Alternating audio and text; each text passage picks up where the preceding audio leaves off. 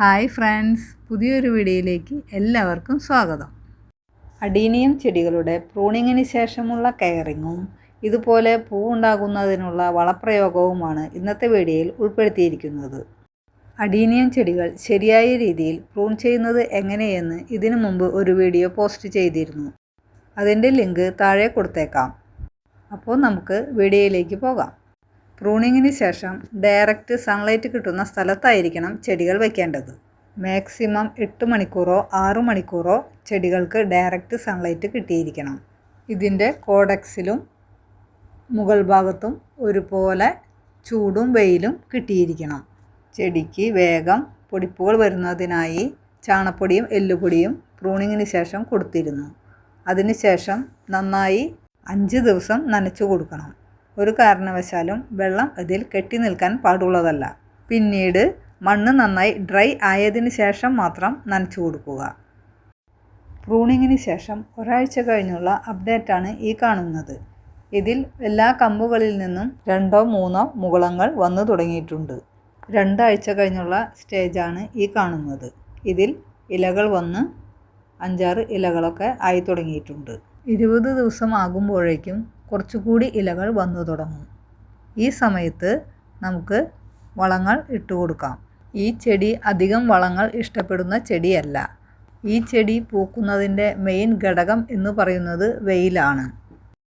ഈ ചെടി മാക്സിമം വെയിൽ ഇഷ്ടപ്പെടുന്ന ചെടിയാണ്. അതുകൊണ്ടാണ് ഇതിനെ ഡെസേർട്ട് റോസ് എന്ന് പറയുന്നത്. അഡീനിയം ചെടികൾക്ക് വളം ഇട്ട് കൊടുത്തില്ലെങ്കിലും ഇത് നിറയെ പൂക്കും. എന്നാലും ഒരു ചെടി നടുമ്പോൾ അതിൻ്റെ മാക്സിമം പൂക്കുന്നത് കാണാനാണല്ലോ എല്ലാവർക്കും ഇഷ്ടം. ഈ സ്റ്റേജിൽ ഇതിൻ്റെ ചുവട് ഇളക്കി നമുക്ക് വളമിട്ട് കൊടുക്കാം. ഒരു കാര്യം ശ്രദ്ധിക്കുക, ചുവട് ഇളക്കുമ്പോൾ ഇതിൻ്റെ കോഡക്സിൽ തട്ടാതിരിക്കാൻ സൂക്ഷിക്കുക. വളം കൊടുക്കാൻ ഞാൻ ഇവിടെ എടുത്തിരിക്കുന്നത് DAP ആണ്. DAPയോ പൊട്ടാഷോ 19-19-19 ഏതു വേണമെങ്കിലും ഇട്ട് കൊടുക്കാം. പൊട്ടാഷ് അടങ്ങിയ വളങ്ങളാണ് പൂക്കാനായിട്ട് നല്ലത്. വളം ഇട്ട് കൊടുക്കുമ്പോൾ കോഡക്സിൽ നിന്ന് മാറി ചട്ടിയുടെ അരികുവശത്തായിട്ട് ചുറ്റിലുമായിട്ട് ഇട്ട് കൊടുക്കുക. അതിനുശേഷം ചെടി നന്നായി നനച്ചു കൊടുക്കുക. അതിനുശേഷം 4-5 ദിവസം എല്ലാ ദിവസവും വെള്ളം ഒഴിച്ചു കൊടുക്കുക. ഒരു കാരണവശാലും വെള്ളം അതിൽ കെട്ടി നിൽക്കാൻ പാടുള്ളതല്ല. പിന്നീട് മണ്ണ് ഡ്രൈ ആയതിന് ശേഷം മാത്രം വെള്ളമൊഴിച്ചു കൊടുത്താൽ മതി. മറ്റു ചെടികൾ നനയ്ക്കുന്ന പോലെ അഡീനിയം ചെടികൾ മുഴുവനായിട്ടും നനയ്ക്കേണ്ട ആവശ്യമില്ല. ഇതിൻ്റെ ചുവട്ടിൽ മാത്രം വെള്ളം നനച്ചു കൊടുത്താൽ മതി. വളം കൊടുത്തതിന് ശേഷം ഒരാഴ്ച കഴിഞ്ഞ സ്റ്റേജാണ് ഈ കാണുന്നത്.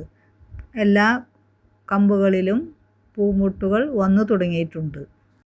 ഡയറക്റ്റ് സൺലൈറ്റിൽ വെച്ചതുകൊണ്ടാണ് ഇത്ര വേഗം ഇതിൽ പൂമുട്ടുകൾ ഉണ്ടായത്. വെയിൽ കുറഞ്ഞ സ്ഥലത്താണ് ഈ ചെടികൾ വയ്ക്കുന്നതെങ്കിൽ ഇതിൻ്റെ കമ്പുകൾ നീണ്ടു വളർന്ന് ഇലകൾ കൂടുതലായി നിൽക്കുകയും ഇത്രയും പൂമുട്ടുകൾ ഉണ്ടാവുകയും ചെയ്യില്ല. 10 ദിവസം കഴിഞ്ഞപ്പോൾ ഉള്ള ചെടിയുടെ അവസ്ഥയാണ് ഈ കാണുന്നത്. ഇതിൽ പൂമുട്ടുകൾ വലുതായി പൂക്കൾ വിരിഞ്ഞു തുടങ്ങിയിട്ടുണ്ട്. എല്ലാ ചെടികളിലും ഇതുപോലെ മുട്ടുകൾ നിറഞ്ഞു നിൽക്കുന്നുണ്ട്. ഈ മുട്ടുകളെല്ലാം വിരിഞ്ഞു കഴിയുമ്പോൾ ഇല കാണാതെ പൂവുണ്ടായി നിൽക്കുന്നത് കാണാം. 5 ദിവസം കൂടി കഴിഞ്ഞപ്പോൾ മുട്ടുകളെല്ലാം വിരിഞ്ഞു.